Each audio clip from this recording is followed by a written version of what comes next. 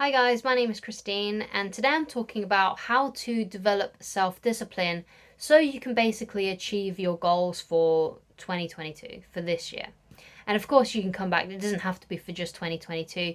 You can come back anytime to watch this to help you develop that self-discipline. And this may be a video that you may want to come back to throughout 2022 whenever you need a bit of boost and some guidance, perhaps, or just a little bit of motivation on how to continue and keep on developing that self-discipline so you can get on with it.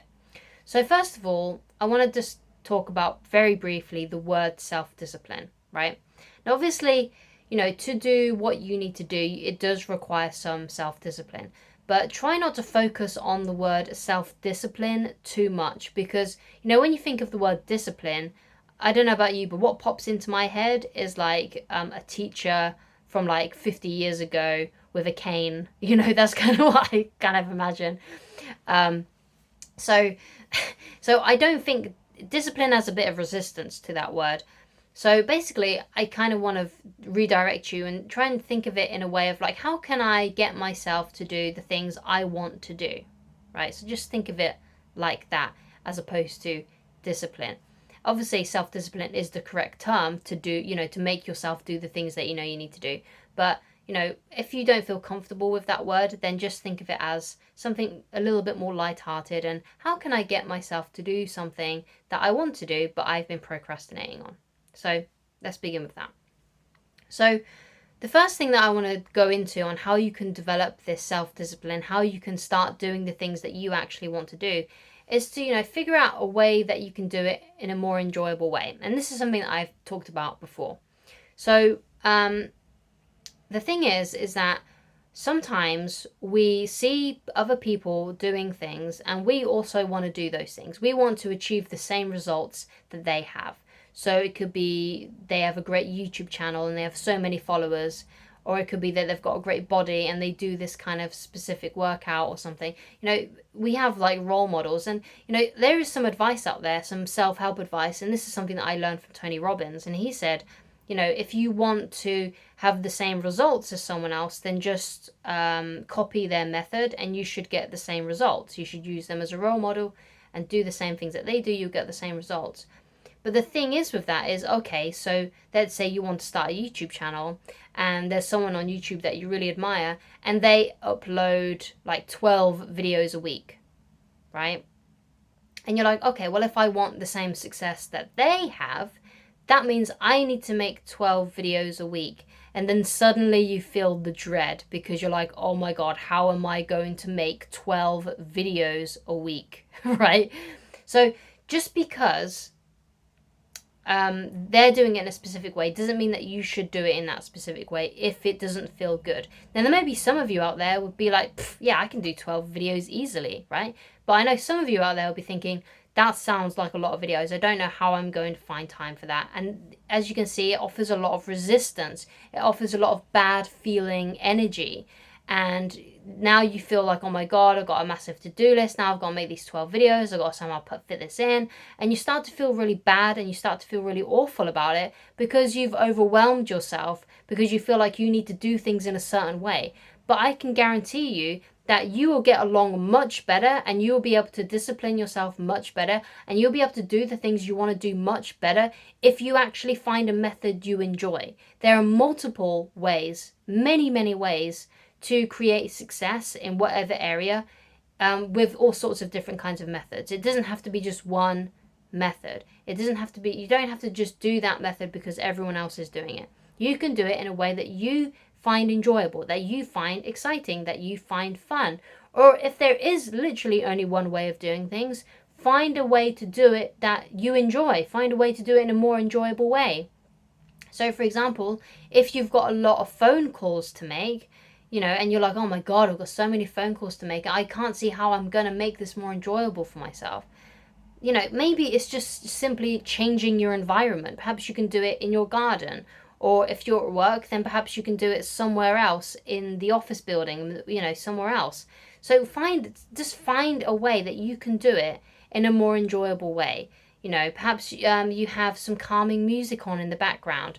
Perhaps, there was a fun one that I heard from Tony Robbins once when I can't remember exactly which program it was, his audio program. It may have been Personal Power too. But anyway, he had like a lot of phone calls to do. And he was like, oh my God, I can't believe I've got all these phone calls. He had like 300 phone calls that he had to respond to, missed messages that he had to respond to. And it had to be him personally. It wasn't something he could leverage to someone else.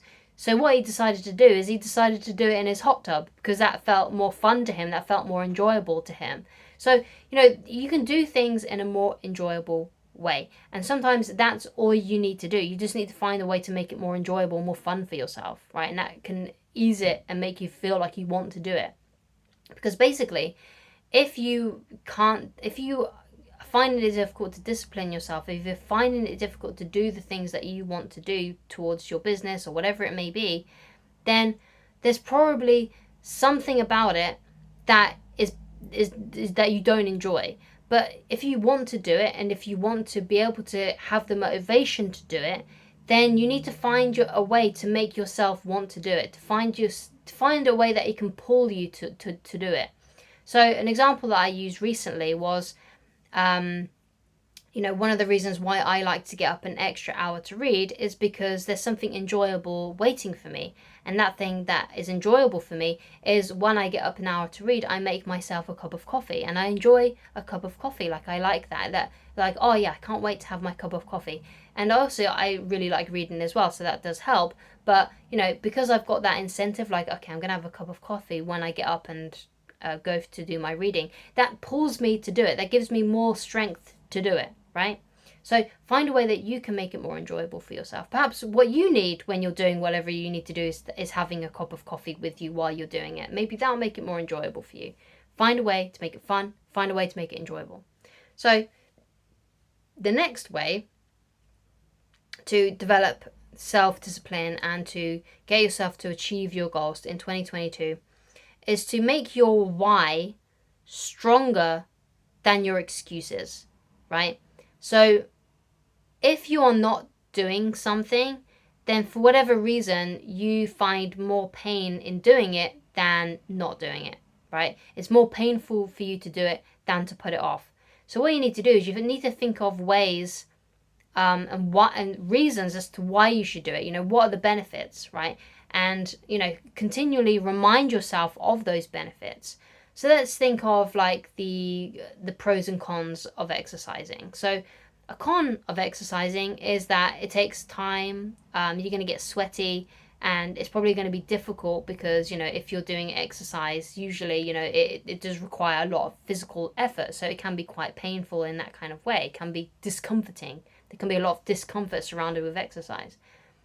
But, some of the pros of doing it, some of the pleasurable things that you get from exercise is afterwards you feel really great because of the endorphin release. You feel like you've accomplished something. You know that you're benefiting your health. You know that you're going to be living longer if you keep on doing that exercise. You're going to feel better about yourself because you didn't procrastinate on it. So, I can think of loads and loads of different ways why exercise is beneficial. And I've got not that many reasons as to why I don't want to do it, right? So basically you need to have more whys, more reasons why it's going to be good that you do it than not, because we tend to avoid painful experiences, right? We don't want to be in painful experiences.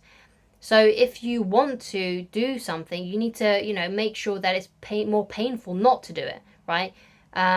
So basically one of the reasons why I get up and read every day, another reason is because there is pain attached to it if I don't do it. And one of those things is obviously I'm procrastinating on something that I want to do. But another thing is when I go and make a cup of coffee, I also make a drink. I also pour out some apple juice for my wife because she really likes drinking apple juice in the mornings. So it's painful for me to not do that, to not get up and read, because my wife is then going to go down, is going to go into our kitchen and she's going to find that there's no apple juice for her. And that's painful to me. Like, I don't want to do that. Like, I want her to have that in the morning. I want to be able to do that kind thing for her. And I would feel really guilty and bad about myself if I didn't get up and I didn't pour that apple juice out for her while I'm making myself a cup of coffee so I can go and read. So, there's pain attached to it, and that pain is more real to me. That pain is more, intense than staying in bed, than the pleasure of staying in bed and not getting up, right? So that's kind of like where you need to get to when it comes to your goals and the things that you want to achieve.